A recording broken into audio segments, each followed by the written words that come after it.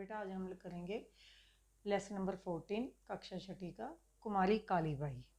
हाँ जी, देखो, राजस्थान में एक ज़िला है डूंगरपुर और इस ज़िले में एक गांव है रास्तापाल। कौन सा ज़िला है? डूंगरपुर, और उसमें गांव है रास्तापाल। रास्तापाल गांव में एक स्मारक बना है। ये स्मारक एक आदिवासी बालिका की बहादुरी और बलिदान की निशानी है।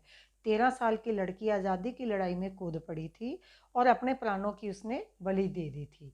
आप सोच सकते हैं कि 13 साल की बालिका में वह राजनीतिक जागरूकता कहाँ से आई। उसके हृदय में देश प्रेम की भावना की आग है जो कैसे लगी होगी। फिर ऐसी बालिका जो कच्ची उम्र की हो, आदिवासी की जाति की हो, कैसे क्रांतिकारी बनी होगी। आश्चर्य की बात तो यही है, पर बात सच है। इसके जीवन की एक अनोखी कहानी है। बालिका का नाम था कुमारी कालीबाई। कुमारी बाई के जो माँ बाप कौन थे, इस बात का तो पता नहीं चल सका, पर इतना ज़रूर पता है कि कुमारी बाई है जो रास्तापाल गांव की रहने वाली थी और वह आदिवासी थी। रास्तापाल गांव तथा आसपास का इलाका है आदिवासियों का ही इलाका है। घटना 1947 की है। बस आज़ादी मिलने वाली ही थी कि तभी रास्तापाल गांव में एक घटना घटी। गांव में एक स्कूल था। उस स्कूल का एक शिक्षक था जिसका नाम था नाना भाई खांड।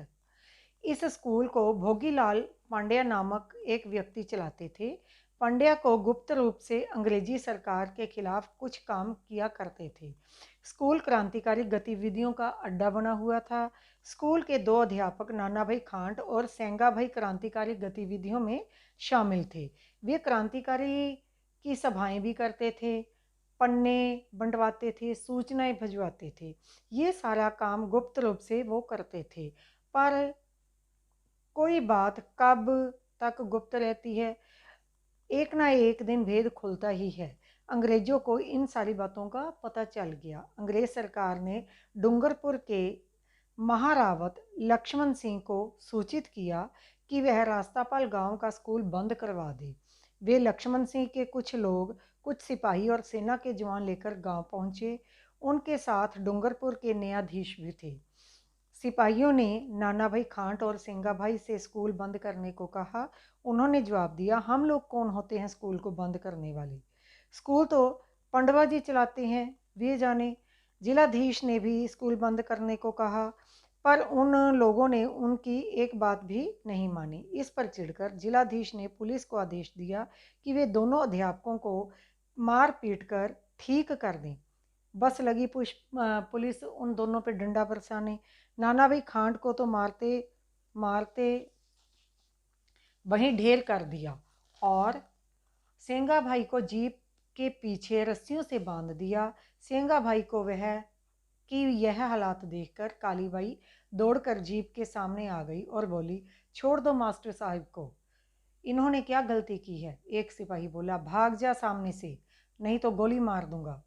इस निडर लड़की ने कहा, मार, देखती हूँ कैसे मारेगा।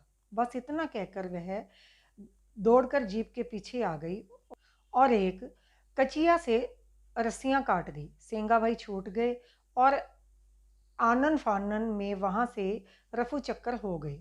रह गई वहां अकेली कालीबाई। वह देखकर सैनिकों ने कालीबाई पर गोलियां की बौछार कर दी। कालीबाई की जीवन लीला वहीं पर उन्होंने समाप्त कर दी। कालीबाई के मरने की खबर सुनकर हजारों की संख्या में भील आदिवासी वहां इकट्ठे हो गए। उन्होंने अपना मारू बिगल बजा दिया और घेर लिया। फिर अंग्रेजों को भारी भीड़ देखकर वे जीप में सवार होकर भागे वहां से। आदिवासियों ने उनका पीछा किया, वे भागते रहे।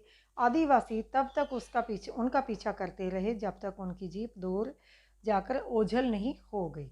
देश की आज़ादी के लिए कालीबाई न्यौछावर हो गई।